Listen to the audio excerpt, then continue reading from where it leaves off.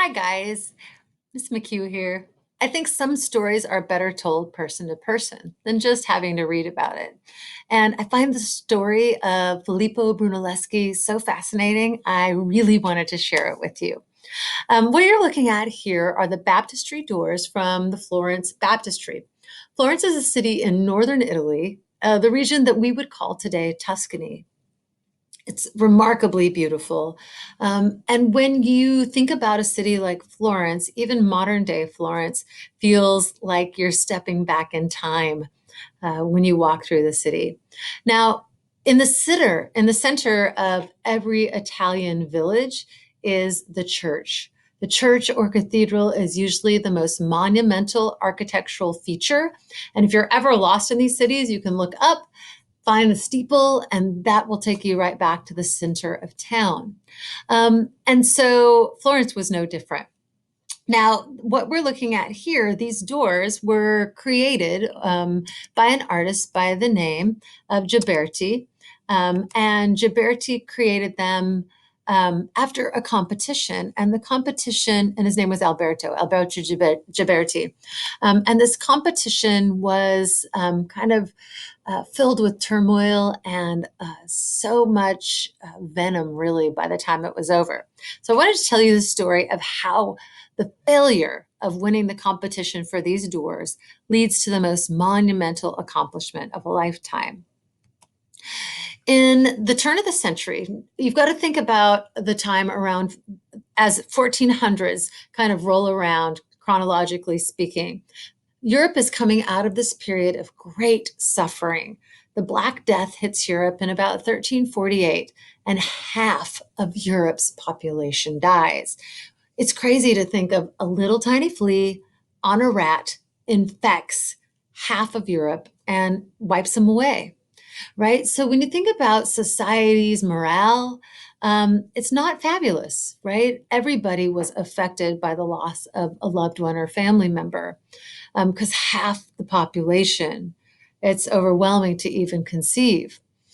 And so this time, by a lot of historians, is referred to as the Dark Ages, although it wasn't necessarily dark when it comes to progress and advancements that are being made.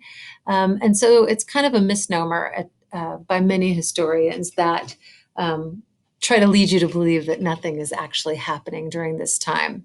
But coming out of this period, right, is a great kind of intellectual revolution, if you will. And it's really what sparks or spawns on the period that we now call the Renaissance.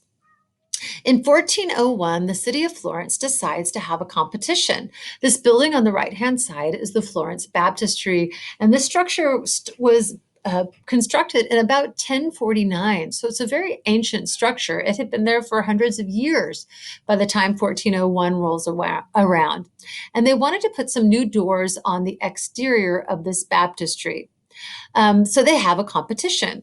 They finally narrowed this competition to two different artists, Filippo Brunelleschi, who was 23 years old, and Alberto Ghiberti, who was about 30 at the time. Both of them are extremely skilled artists. They've gone to school ever since they were children to focus on art, and they're skilled metal workers as well. The directive was for each artist to create a panel that would be representational of the story of the sacrifice of Isaac.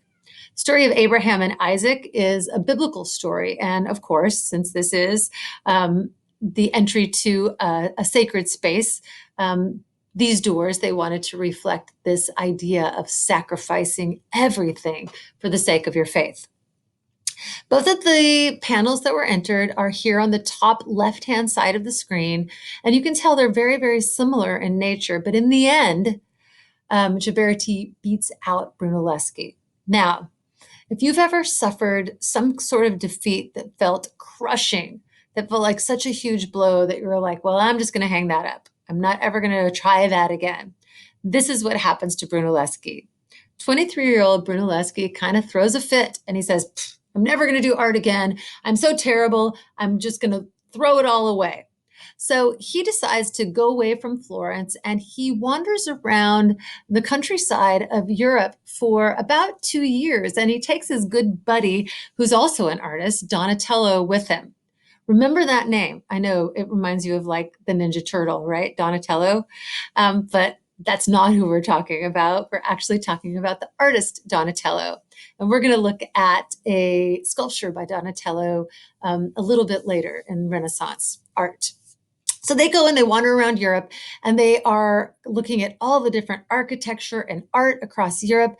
And Brunelleschi is mesmerized with the Pantheon, right? He looks at the Pantheon, he looks at that dome, that's enormous dome. Remember, it was created out of concrete, but concrete at this time is gone. The technology is lost. With the collapse of the Roman Empire, concrete just vanishes, and it has not come back at this time. So it's mesmerizing to Brunelleschi, and he makes all kinds of notes, calculations, measurements, and he can't get it out of his head. Well, he decides to come back to Florence 18 years later. They decide that they need to find somebody that can actually create a dome for their Duomo or their cathedral. Their cathedral, the construction of it took a very long time, and it's set completely with a gaping hole in the roof for a couple of decades. Nobody knew how in the world they could close this gaping hole. It was 150 feet across. It was 180 feet up off the floor. So literally, the church was done, and there was a massive hole on top of the cathedral until they could find somebody to close it in. So Brunelleschi is awestruck and inspired, and he thinks, I am going to come up with a way to close this dome. And he enters the competition. As a kind of a jab to him, the city leaders of Florence decide that they would like him to work with none other than Ghiberti, who kind of becomes his arch enemy, right? Because he felt so thwarted by the fact that he lost to him. So he's working with Ghiberti and he's protecting and keeping secret all of his drawings. And he'll kind of distract Ghiberti by saying things to him like, I need you to travel to the next town over and I need you to look at the way that they're doing their stonework. All the while, he's creating these amazing monumental plans for the dome. And eventually, even though hundreds of architects come from across the globe, and Brunelleschi is not a trained architect, but they're so fascinated with his plan when he shows them that he's based his plan on the top of an eggshell and he's done all these experiments with the weight that an eggshell can support. They're mesmerized with his innovation and they give him the commission. Brunelleschi is at the time in his mid-30s, so he's not that old, getting close to 40.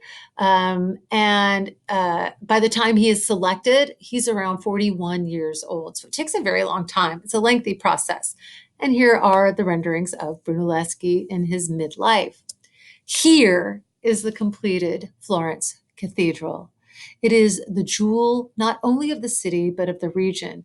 It is not only the tallest structure in all of Italy for a very long time, but until the remodeling of St. Peter's Cathedral.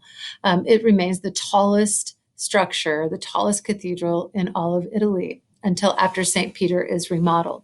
Now, how in the world did Brunelleschi come up with an idea to enclose this domed space 180 feet up and 150 feet wide out of stone? Here's his monumental plan. He creates basically a shell inside of a shell. So what you see here, the cross section on the left, he creates 24 ribs that are vertical. Now, when you think about flying buttress and the physics of the load bearing of a flying buttress, Brunelleschi is really innovative and he's thinking about the very same thing. If he can create a structure with these ribs that support the weight, channel the weight downward into the walls of the cathedral, it can then be channeled directly into the ground.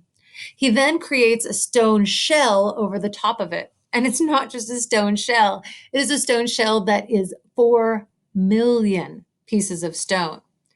How in the world did he create a stone dome out of 4 million pieces of stone, 180 feet up?